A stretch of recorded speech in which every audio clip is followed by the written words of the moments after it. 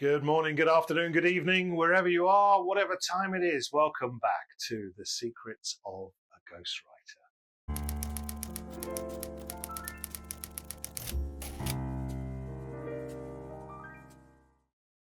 A recurring tutorial, stuff people say to me. And this also sort of moves into something which I hope we'll address regularly, which is you, the brand. Now, you might not have considered you, the brand. Your dreams and aspirations are about a book.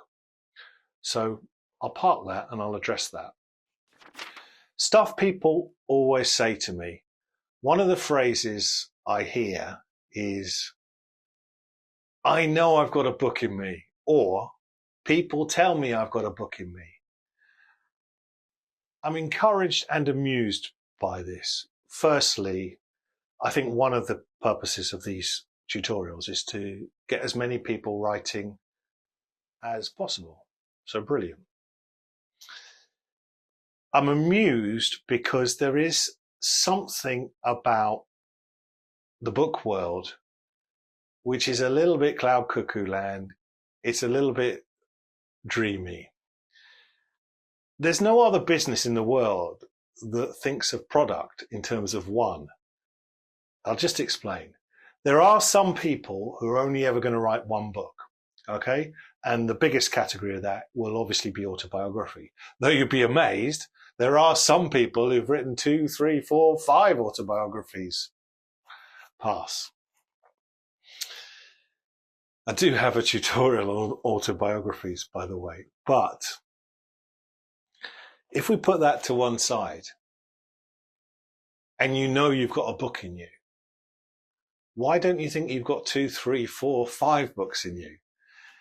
If you take one of the genres that perhaps is closest to book writing, the relationship with cinematography, movies. Now, movies think in franchises, don't they? You know, if they've made one and it's a hit, sure, they're going to make 2, 3, 4, 5 of them, aren't they?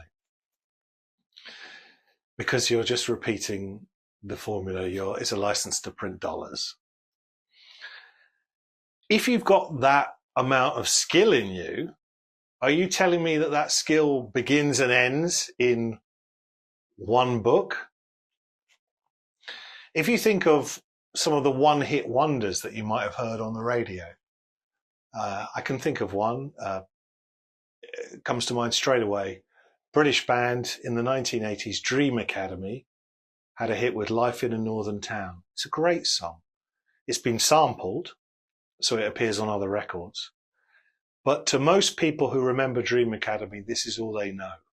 Are you telling me that that band only had 4 good minutes in them? I just think it's crazy. Of course they didn't.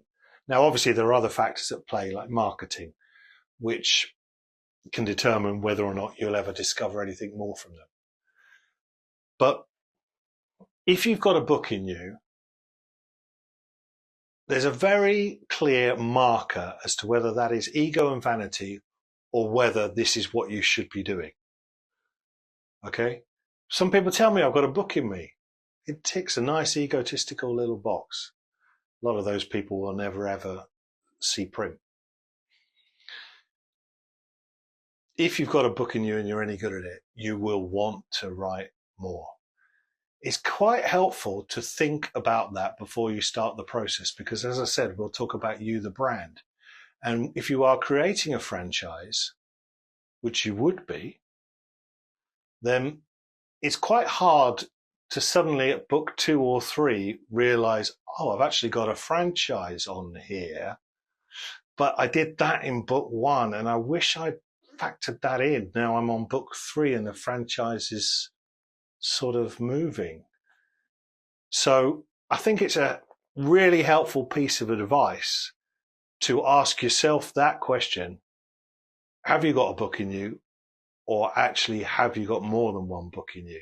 If you've only got one book in you, I have a feeling you might just be ticking the vanity box. It's something like going to the Great Barrier Reef. You know, you want to tick it off.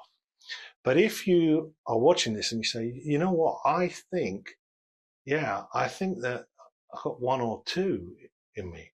Well, then that's the point at which you should start thinking almost from the middle backwards. Start thinking about what book 2, 3, 4 might be in your brand. So a little bit there on building you the brand. And again, stuff people always say to me, and they always think they're the only person that has actually ever said it, but everybody's saying it every single day. So I hope that helps, and I'll see you next time when the Secrets of a Ghostwriter continues.